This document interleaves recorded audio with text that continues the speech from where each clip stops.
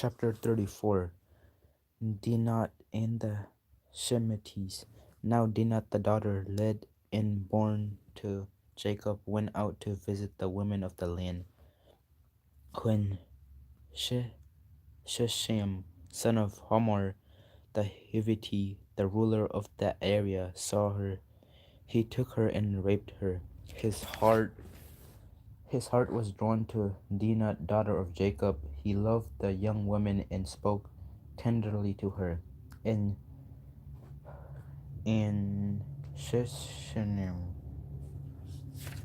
wait, what?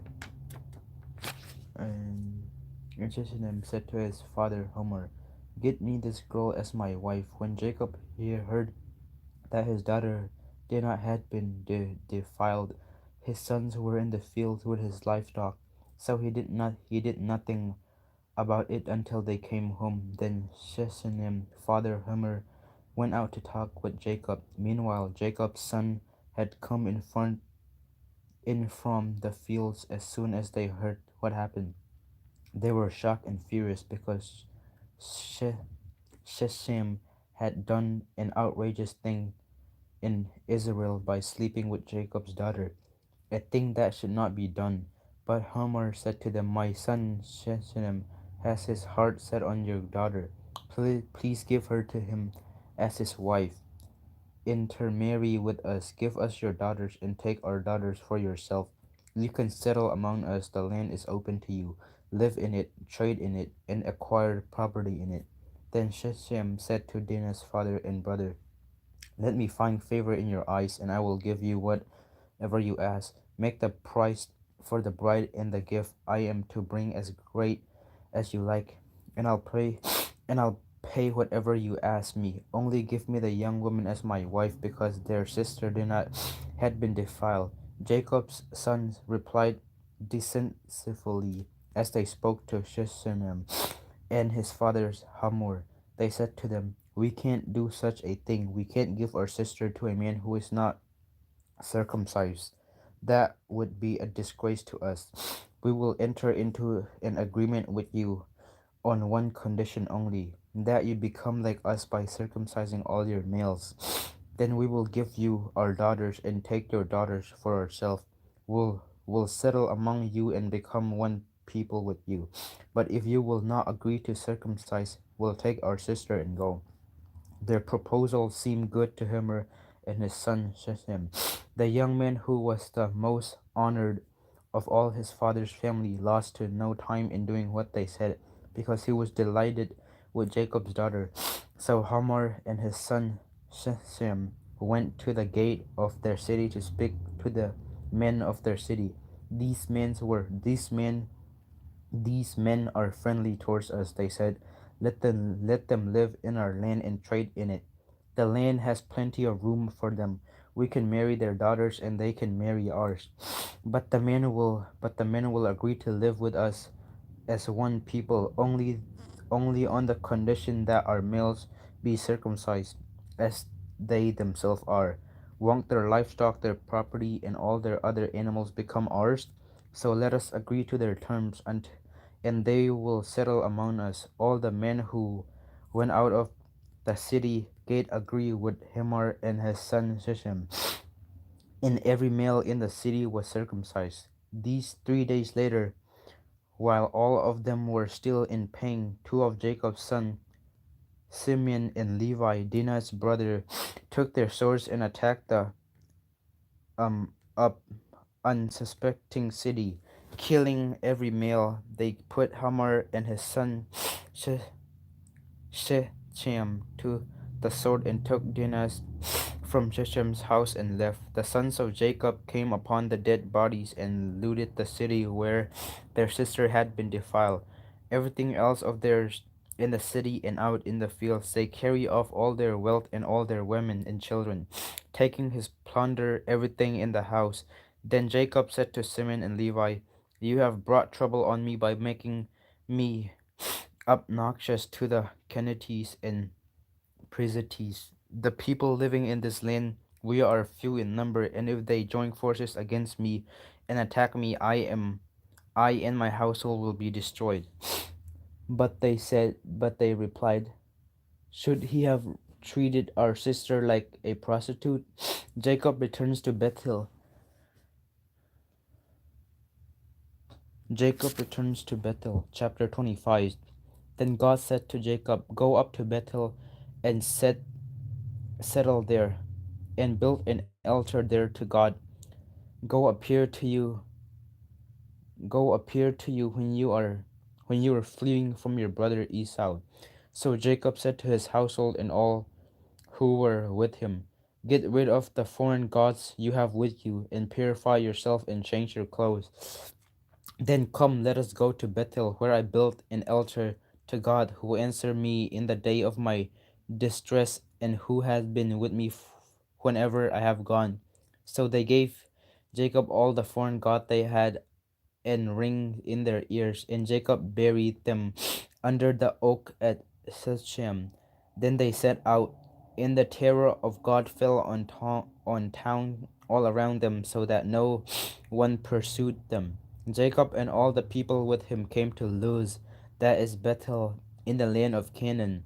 There he built an altar, and he called the place El Bethel, because it was there that God revealed himself to him when he was fleeing from his brother.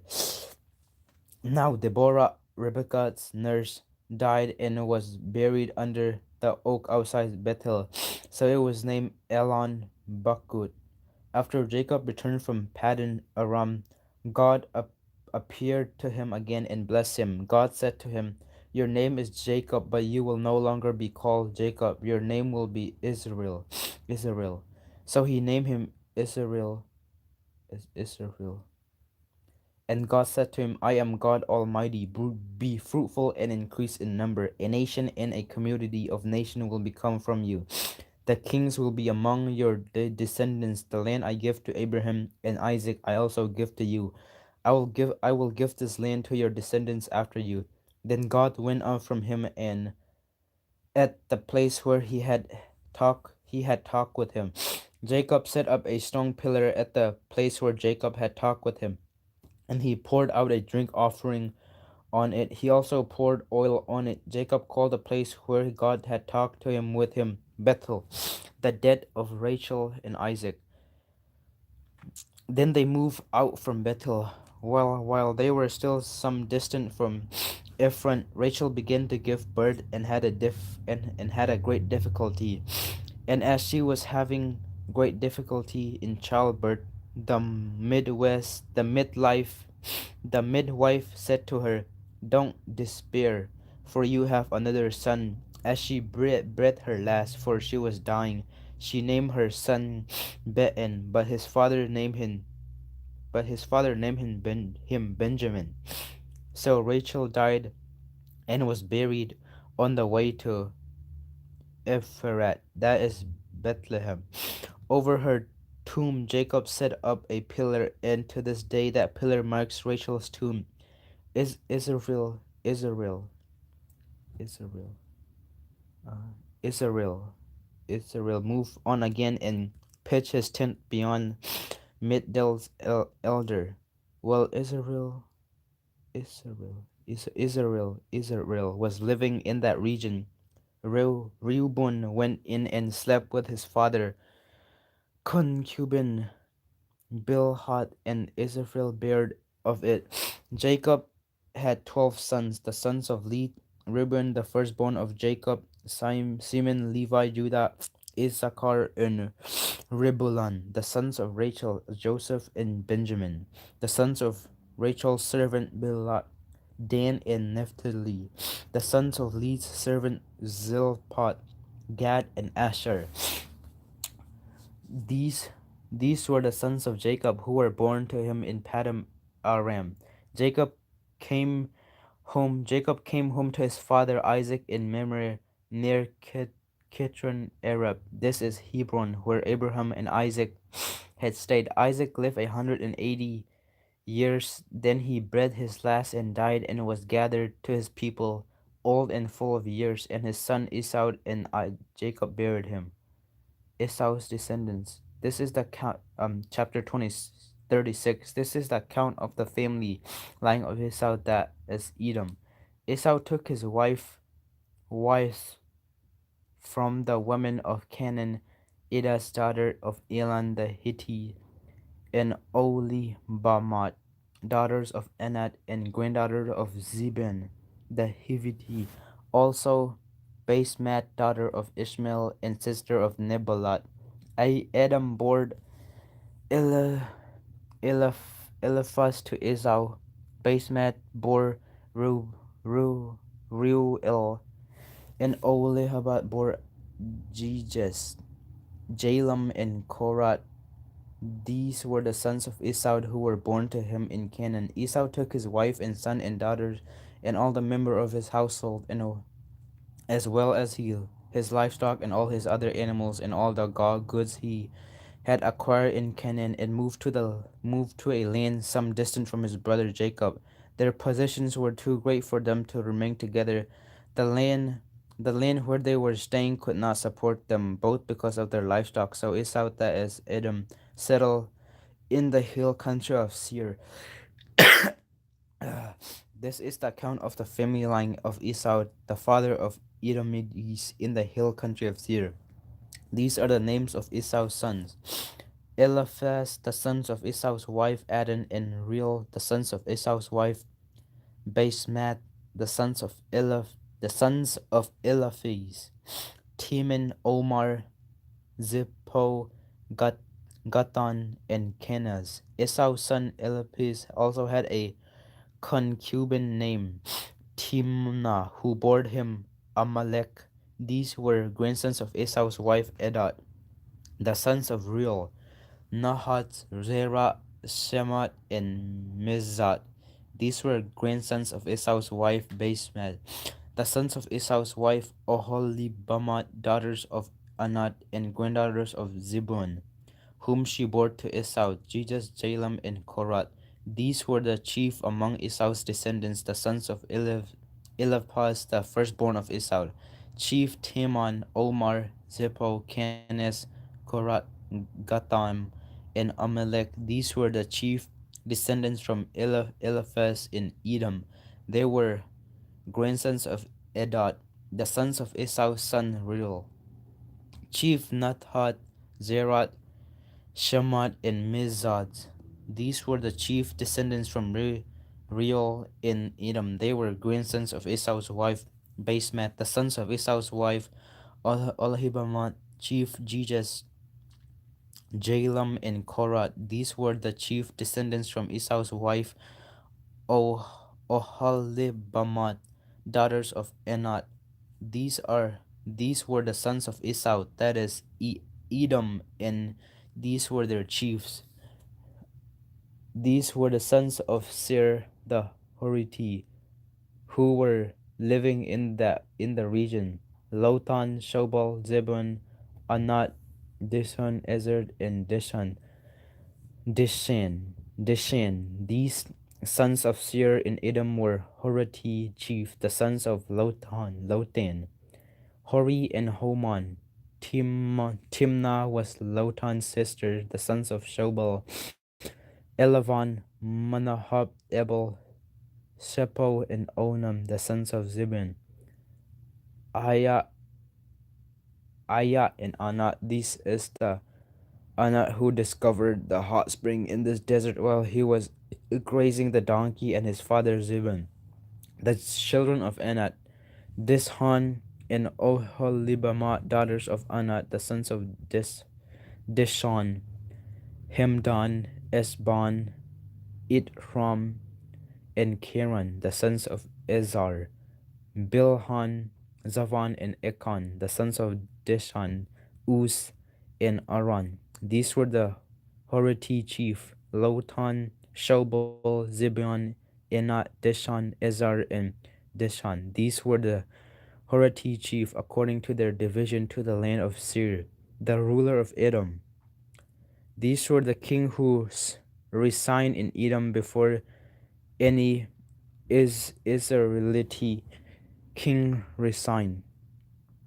Bela, son of Beer, became king of Edom. His city was named Dinhabat. When Bela died, Jacob, son of Zerah, from Bozrah succeeded him as king. When Jacob died, Hosan from land of the Tamates succeeded him as king. When Hushan died, his Hadad, son of Bedad, who defeated Midian in the country of Moab, succeeded him as king. His city was named Avit.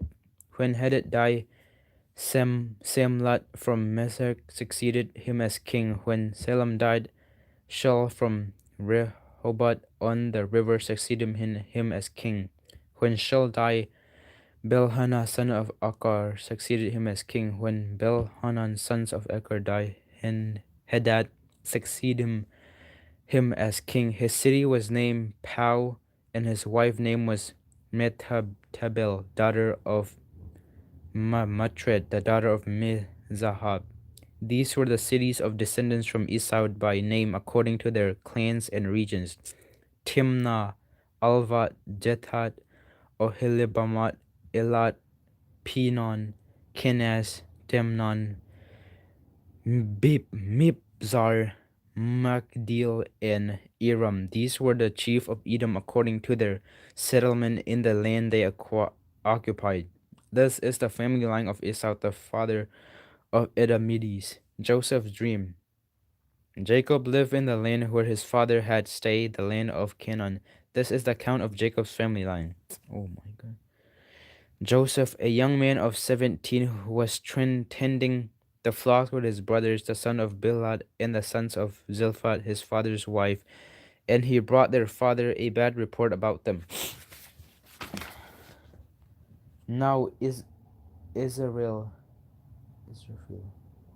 loved Joseph more than any of his brother's sons, because he had been born to him in his old age and had made an ornate robe for him. When his brothers saw that their father loved him more than any of them, they hated him and could not speak a kind word to him.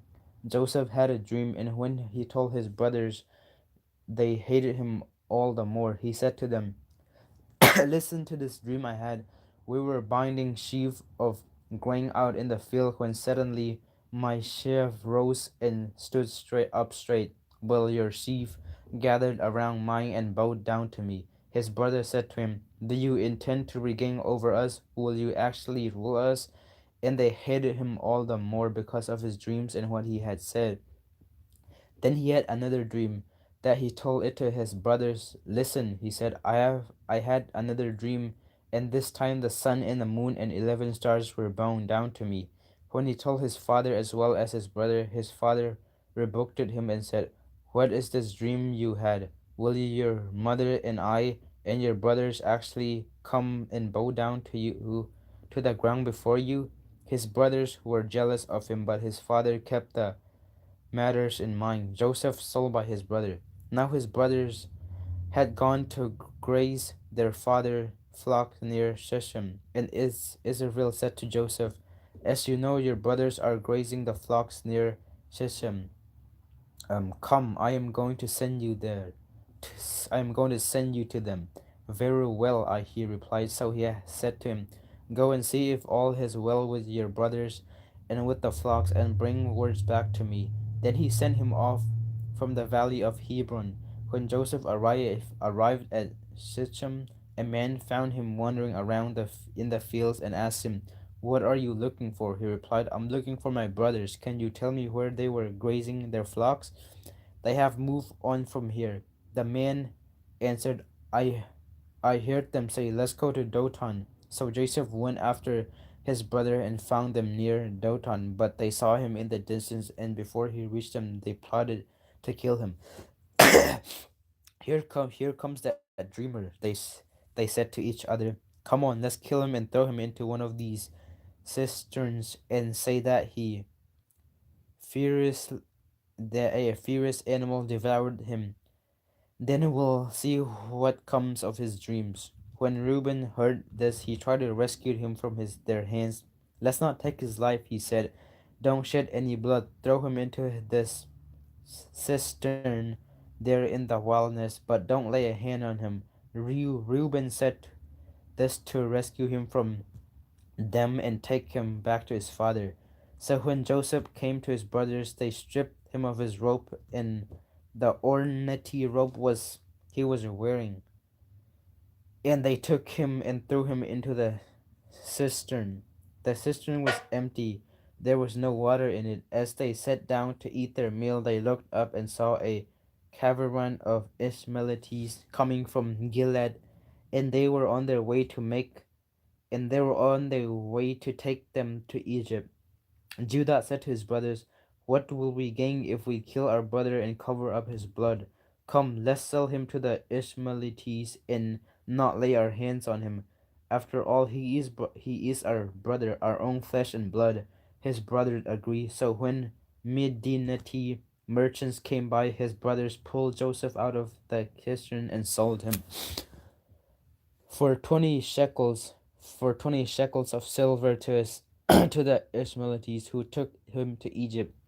When Reuben returned to the cisterns and saw that Joseph was not there, he tore his clothes. He went back to his brothers and said, "The boy isn't there. Where can I turn now?" Then they got Joseph's robe, slaughtered a goat, and dipped the robe in the blood. They took the ornate robe back to their father and said, "We found this. Examined it to see whether it is your son's robe." He recognized it and said, "It is my son's robe. Some fiercest animal has devoured him. Joseph has surely been torn to pieces." Then Jacob tore his clothes, put on a sackcloth and mortar for his sons many days. All his sons and daughters came to comfort him, but he refused to be comforted. "No," he said, "I will continue to mourn until I join my son in the grave." So his father swept for him. Meanwhile, the Midianites sold Joseph in Egypt to Potiphar, one of Porat's official, the captain of the guards. Chapter 38: Judah and Tamar. At that time, Judah left his brother and went down to stay with a man of Adullam, and named Hira. There Judah met the daughters of a Canaanite man named Shah. He married her and made love to her. She became pregnant and gave birth to a son who was named Ir. She conceived again and gave birth to a son and named him Onan. She gave birth to still another son and named him Shelat. It was a Kizit that she gave birth to him. Judah got a wife for Er, his firstborn, and her name was Tamar. But Er, Judah's firstborn, was wicked in the Lord's sight, so the Lord put him to death. Then Judah says to Onan, "Sleep with your brother's wife and fulfill your duty to her as a brother-in-law, to rise up offspring for your brothers."